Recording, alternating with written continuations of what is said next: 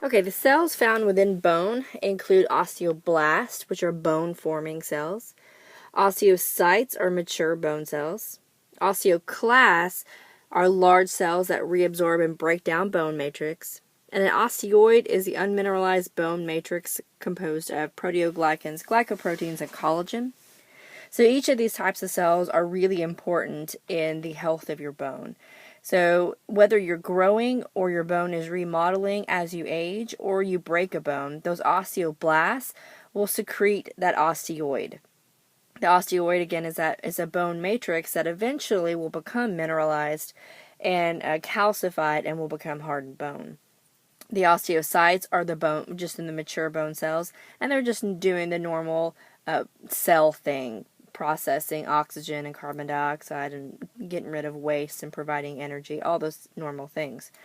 Osteoclasts help break down bone matrix. So, to replenish the health of your cells, old dying cells are broken down and replaced by new healthy cells by the osteoblast. So all of these things are working together to make sure that your bones stay healthy and that you also can grow and adapt as you get older or you have any kind of injuries or anything like that.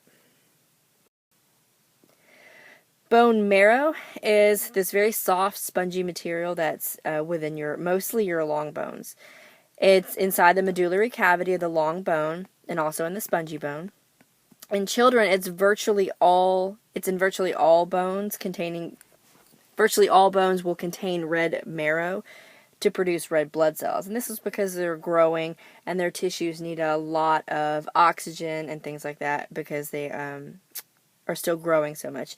In adults, however, it's mostly yellow marrow, which does not produce red blood cells.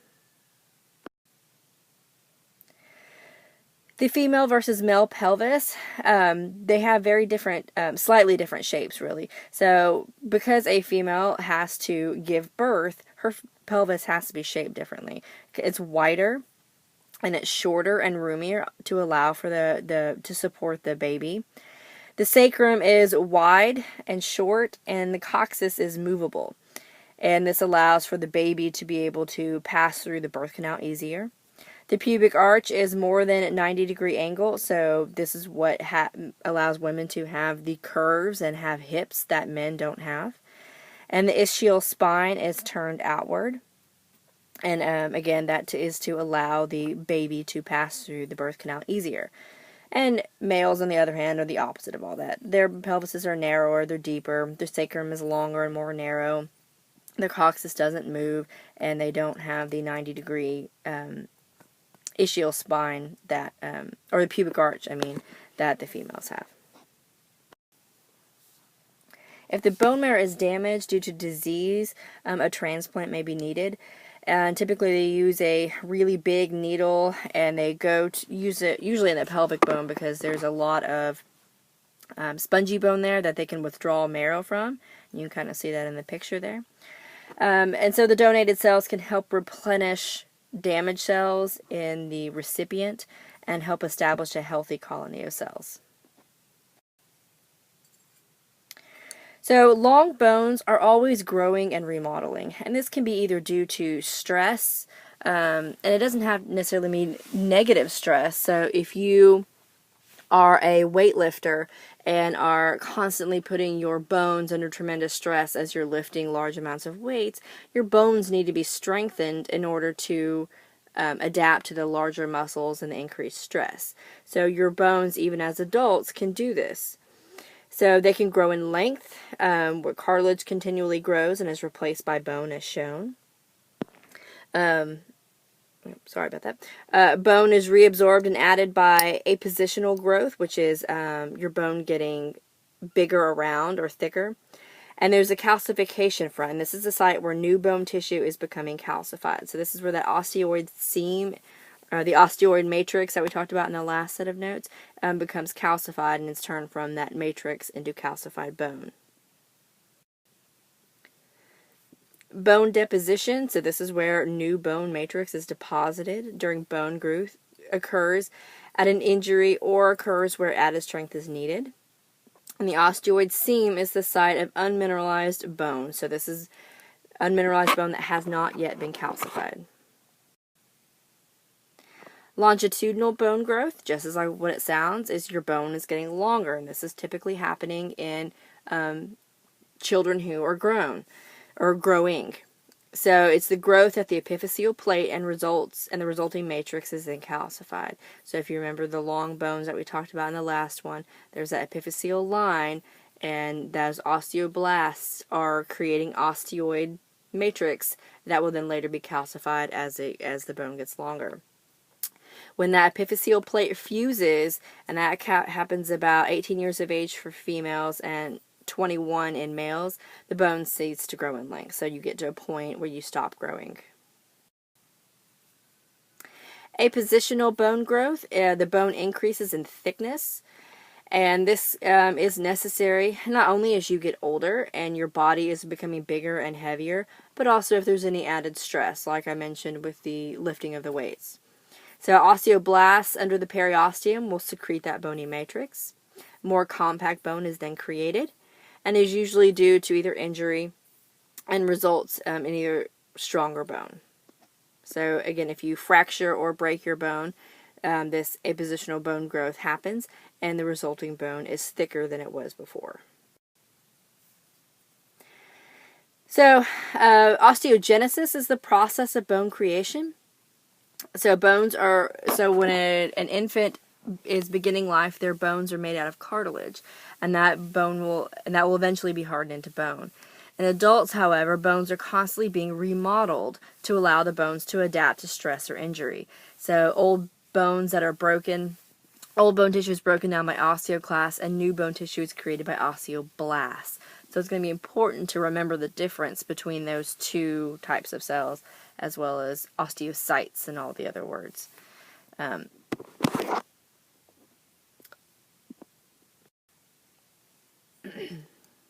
So intramembranous ossification occurs within a membrane, which is why it's called intramembranous.